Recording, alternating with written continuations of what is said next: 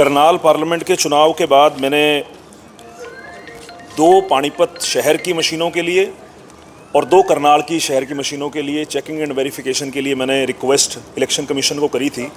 और आज 19 अगस्त को मुझे पानीपत की 2 मशीनें चेक करने के लिए मुझे आज यहाँ बुलाया गया था। लेकिन बड़ा ही दुर्भाग्य है कि मैंने 3 पॉइंट आज इस चेकिंग एंड वेरिफिकेशन के दौरान उठाए, लेकिन तीनों पॉइंट पे इलेक्शन कमीशन ने मना कर दिया, जिसकी वजह से आज की जो चेकिंग एंड वेरिफिकेशन है वो नहीं हो पाई। मुझे 100% इस बात का डाउट ज़रूर था चुनाव में कि मशीनों में कुछ ना कुछ गड़बड़ी हो सकती है, लेकिन आज की इस चेकिंग एंड वेरिफिकेशन प्रक्रिया के दौरान जब इलेक्शन कमीशन ने उन सभी पॉइंट्स पर नकारात्मक दिखाते हुए उन सभी चीज़ों को नकार दिया, तो मैंने आज डीसी साहब को इन तीनों पॉइंट्स पे लिखकर ये कहा है कि अगर अब हम जो है कोर्ट का रास्ता अपनाएंगे, क्योंकि मैंने ये मांग करी कि जब मशीन पोलिंग हुई 25 तारीख को और 25 तारीख को जब वोट डली, मैंने कहा कि आज मशीन के अंदर आप टाइम सेट कीजिए 25 तारीख का और आप चेक करके ये बताइए कि अगर 25 वोट एक पार्टी को डल रही हैं, आप उसका प्रूफ दिखाइए कि वो वीवीपैट में जो पर्चियां हैं वो उतनी निकलेंगी। इन्होंने मना कर दिया। इन्होंने कहा कि हम मशीन को रीसेट 25 तारीख के लिए नहीं कर सकते। मुझे 100% अंदेशा है कि इस चुनाव के अंदर मशीनों के माध्यम से धांधलेबाजी हुई है। मैंने इससे पहले कभी मीडिया के सामने आकर ये बात इसलिए नहीं कही क्योंकि मैं कोई भी बात बिना प्रूफ के नहीं करना चाहता था, लेकिन आज यहाँ जिस प्रकार का रवैया इलेक्शन कमीशन ने अपनाया, जिस प्रकार का रवैया जो है इंजीनियर्स ने अपनाया है, मैं इस बात पे 100% आज मैं आपके माध्यम से लोगों को कह सकता हूं कि करनाल चुनाव के अंदर ईवीएम मशीन के माध्यम से धांधलेबाजी हुई है और कहीं ना कहीं इलेक्शन कमीशन के ऊपर आज बड़े सवालिया निशान खड़े होते हैं। 3 पॉइंट कौन से थे? मैंने पहला पॉइंट इन्हें कहा कि कंट्रोल यूनिट का जो रिजल्ट हमें काउंटिंग के दौरान दिखाया जाता है, इलेक्शन कमीशन ये कहता है कि 1 मिनट में मैक्सिमम 3 वोट डल सकती है। मैंने इन्हें कहा कि आप मुझे रिजल्ट स्लिप निकाल के दीजिए ताकि मैं देख सकूं कि किस मिनट और किस सेकंड पे कितनी वोट डली हैं। मशीन के अंदर ये फीचर है कि वो दिखा सकते हैं, लेकिन इन्होंने नकार दिया। मुझे कैसे पता लगेगा कि 1 मिनट में 10 वोट डली हैं या 20 वोट डली हैं? पहला पॉइंट मेरा ये था। दूसरा पॉइंट मैंने इनके सामने रेज किया, ये कह रहे थे कि आप हमारे सामने वोट डालें और वोट डाल के आप वीवीपैट की स्लिप्स चेक करें, लेकिन जब वोट डालने की बात आई, जब सिंबल लोड करने की बात आई, तो ये कह रहे हैं कि हम कांग्रेस, बीजेपी, बसपा, आईएनएलडी के सिंबल नहीं यूज करेंगे। एक सॉफ्टवेयर होता है सिंबल लोडिंग मशीन से, उसके अंदर सिंबल लोड होता है। ये कह रहे हैं हम ABC नाम का सिंबल लोड करेंगे। वो सॉफ्टवेयर के अंदर ही सारा खेल है। जब वोट कांग्रेस बीजेपी पे डली है, तो जब मैंने 2 लाख रुपए भरे हैं, मैंने हर मशीन के लिए 47,000 रुपए दिए हैं, तो मेरी सेटिस्फेक्शन के लिए क्यों इलेक्शन कमीशन आज अल्फा, बीटा, गामा, ABC नाम के सिंबल लोड कर रहा है? मैंने कहा कि अगर आप चाहते हैं कि कैंडिडेट की सेटिस्फेक्शन हो, अगर आप चाहते हैं कि लोगों की सेटिस्फेक्शन हो, तो आपको जो सिंबल चुनाव के दौरान आपने ईवीएम में लोड किए थे, आज वो सिंबल इलेक्शन कमीशन क्यों लोड करने से मना कर रहा है? दूसरा पॉइंट हमारा ये था। और तीसरा पॉइंट मेरा था कि जब पोलिंग हुई है 25 तारीख को, अगर मशीन के अंदर कोई प्रोग्रामिंग हुई है तो वो 25 तारीख के लिए हुई है। 25 तारीख को जिस दिन पोल हुई है, शाम को 5 बजे तक अगर मशीन में कोई प्रोग्रामिंग हुई है, तो हमने कहा कि आप मशीन को उसी तारीख में सेट करें, 25 तारीख को जिस दिन पोल हुई है। लेकिन इलेक्शन कमीशन ने इस पॉइंट पे भी नकार दिया। इन्होंने कहा कि हम वो आपको बैक डेट में रीसेट करके नहीं देंगे, जबकि चाहे आपका मोबाइल फोन है, चाहे कोई डिवाइस है, हम जब चाहें कोई भी डेट और टाइम उसमें सेट कर सकते हैं। इन तीनों पॉइंट पे जब इन्होंने मना कर दिया, तो इस C&V का कोई फायदा नहीं, इस एक्सरसाइज का कोई फायदा नहीं।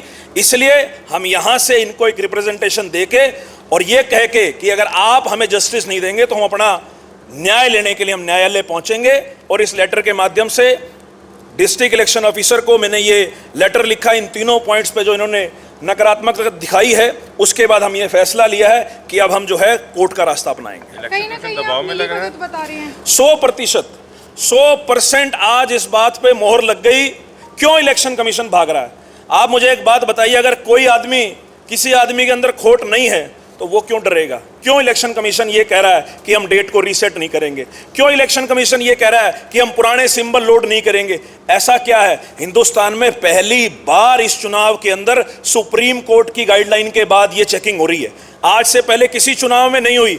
जब से ईवीएम यूज हो रही हैं पहली बार ये हुआ है। और चलते चुनाव में सुप्रीम कोर्ट की गाइडलाइन आई थी, इन्होंने जान करके टेक्निकल एसओपीज ऐसी जारी कर दी कि जिसमें कैंडिडेट के पास कोई रास्ता ही ना बचे। मेन कंसर्न ये है कि जिस व्यक्ति ने चुनाव लड़ा है और उसे पारदर्शिता पर डाउट है, तो इलेक्शन कमीशन को चाहिए कि उस व्यक्ति के सभी जो रीजंस हैं, सभी जो उसके डाउट हैं, उसको क्लियर करे। और मैं बाय प्रोफेशन इंजीनियर हूं, इलेक्ट्रॉनिक्स एंड कम्युनिकेशन का इंजीनियर हूं। मैं इन सारी चिप्स के साथ जो खेल होता है मैं उसको भली भांति समझता हूं। मैं चुनाव के बाद मैंने वर्डिक्ट स्वीकार किया था, लेकिन यह जरूर कहा था कि समय आने पर खुलासा करूंगा। और आज मैं इस बात का 100% आपको कह सकता हूं, इस चुनाव के अंदर धांधलेबाजी हुई है, इस चुनाव के अंदर ईवीएम से छेड़खानी हुई है और इस चुनाव के अंदर रिजल्ट को टेम्पर्ड किया गया है। पूरे 10 लोकसभा में अब मानते जैसे जहां पे बीजेपी बिल्कुल 10 नहीं, पूरे हिंदुस्तान में। यह सिर्फ हरियाणा की बात नहीं है। आज पानीपत में चेक हुआ है, अलग अलग तारीखों पे जिस जिस व्यक्ति ने अप्लाई किए थे सबकी चेक हो रही हैं। मैं ऐसा मानता हूं कि आज पानीपत में जो रवैया इलेक्शन कमीशन ने अपनाया है, 100% ईवीएम के अंदर धांधलेबाजी हुई है और कहीं ना कहीं रिजल्ट के साथ छेड़छाड़ की गई है। बिल्कुल माननीय न्यायालय में पहुंचेंगे, हाई कोर्ट जाएंगे, सुप्रीम कोर्ट जाएंगे। लेकिन खट्टर साहब बता दूं, ईवीएम के रास्ते चुनाव जरूर जीत गए, लेकिन आज आपने जो धोखाधड़ी करी है, जो बीजेपी ने ईवीएम के माध्यम से, इलेक्शन कमीशन के माध्यम से चुनाव जीता है, लोगों ने ये चुनाव जीता है। और आपने जो धोखाधड़ी करी है, आपका कच्चा चिट्ठा लोगों के सामने लेकर आऊंगा। हिमांशु जी, हरियाणा विधानसभा के चुनाव भी घोषित हो चुके हैं। मैं कहूंगा ये बड़ा ही सीरियस विषय है। लोकसभा चुनाव का नतीजे आने के बाद आज ईवीएम चेक हुई और अभी सिर पर विधानसभा चुनाव खड़े हैं। हम कैसे मान लें कि विधानसभा चुनाव में कोई धोखेबाजी नहीं होगी? लोकसभा चुनाव में इन्होंने कर लिया, हम कैसे मान लें कि विधानसभा चुनाव में? क्योंकि मशीनें वही यूज हो रही हैं जो लोकसभा चुनाव में मशीनें आई थी। उन्हीं मशीनों को यहां स्ट्रांग रूम में रखा गया है, उन्हीं मशीनों को विधानसभा चुनाव में यूज करने की तैयारी है। मेरा ये सीरियस एलिगेशन इलेक्शन कमीशन के ऊपर है कि इन मशीनों के अंदर जो छेड़खानी हुई है, या तो इलेक्शन कमीशन इसे सामने आकर जो जो पॉइंट्स हमने रेज किए उनके हिसाब से हमें क्लैरिफिकेशन दे, नहीं तो ईवीएम से चुनाव कराने का कोई मतलब नहीं। जो करनाल में वहां चेकिंग होगी आपकी? बिल्कुल, परसों करनाल है, वहां भी जरूर जाएंगे, वहां भी बात करेंगे। और मुझे लगता है इंजीनियर्स यही हैं, इश्यूज यही हैं। अगर इन्होंने यहां ये बात नहीं मानी तो मुझे लगता है करनाल में भी इनका रवैया मुझे ठीक नहीं लगा, क्योंकि इन्होंने अपने हाई अथॉरिटी से भी बात करी है और उसमें इन्हें जो है मना कर दिया। लेकिन ये आपको मेरे जाने के बाद आप इनसे सवाल पूछेंगे तो ये आपको टेक्निकल एसओपीज का हवाला देंगे। टेक्निकल एसओपीज क्या है? जिस दिन मैंने ये अप्लाई किया है उसके कई दिनों बाद टेक्निकल एसओपीज जारी हुई हैं। इलेक्शन कमीशन चाहता ही नहीं कि पर्दे के पीछे खेल लोगों के सामने आए। जब टेक्निकल एसओपीज इलेक्शन कमीशन ने बनानी है, वो तो अपने हिसाब से बनाएंगे। चोर कभी चाहेगा कि मेरी चोरी पकड़ी जाए? टेक्निकल एसओपीज का कोई लेना देना नहीं। मैं इंजीनियर हूं और ये वैलिड पॉइंट, लॉजिकल रीजंस के साथ मैंने उनके सामने रखे हैं। अगर इलेक्शन कमीशन चाहे तो मुझे इस पॉइंट्स पे टेक्निकली सेटिस्फाई कर सकता है, क्योंकि रिपोर्ट भी प्रिंट हो सकती है जो मैंने बात करी, डेट भी सेट हो सकती है, और जो सिंबल लोड की मैंने बात करी वो सिंबल भी लोड हो सकते हैं। तीनों टेक्निकली पॉसिबल पॉइंट्स हैं, लेकिन इनकी चोरी ना पकड़ी जाए इसलिए इन तीनों पॉइंट पे इन्होंने मना कर दिया। इसलिए हमने वेरिफिकेशन और चेकिंग के लिए भी मना कर दिया। एक सेकंड।